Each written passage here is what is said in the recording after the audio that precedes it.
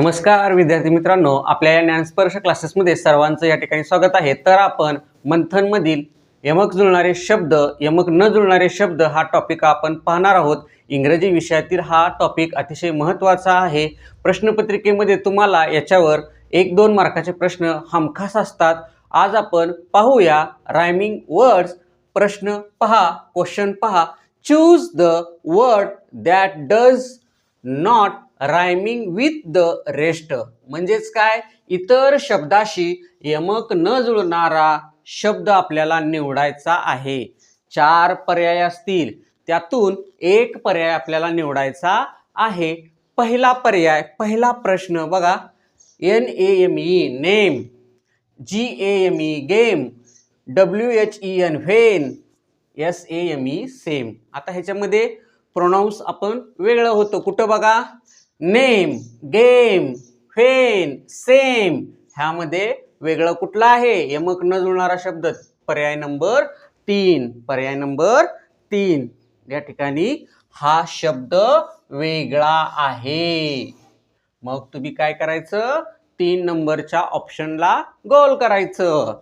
प्रश्न दुसरा, PN pen, MEN men, CAN can, DN den. बघा आता ह्याच्यामध्ये पेन, मेन, डेन प्रोनाउन्स सारखं होतं, उच्चार सारखा होतो, परंतु कॅन वेगळा आहे, म्हणून ह्या ठिकाणी हा यमक न जुळणारा शब्द आहे। ह्या ठिकाणी तुम्ही समजून घ्या। प्रश्न तिसरा, ह्या ठिकाणी बघा, पहिला पर्याय HEN hen, DN den, TN ten, MAN man. म्हणजे ह्या ठिकाणी यमक न जुळणारा शब्द, नॉट रायमिंग वर्ड कोणता आहे? मॅन। चौथा प्रश्न आपल्या समोर, NET net, GAT gate, WET wet, GET jet.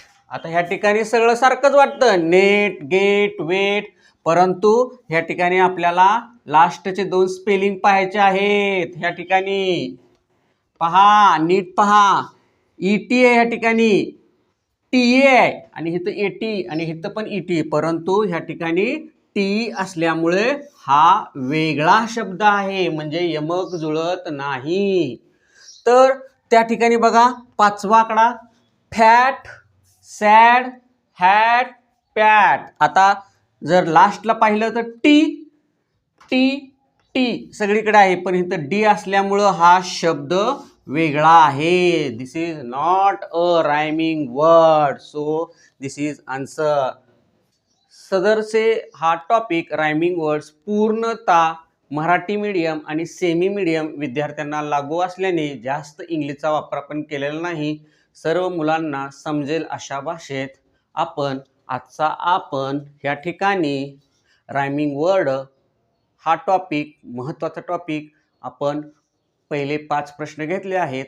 Video आवडला असेल तर लाईक करा, शेअर करा आणि सबस्क्राईब करायला मात्र विसरू नका। नक्की सबस्क्राईब करा। धन्यवाद।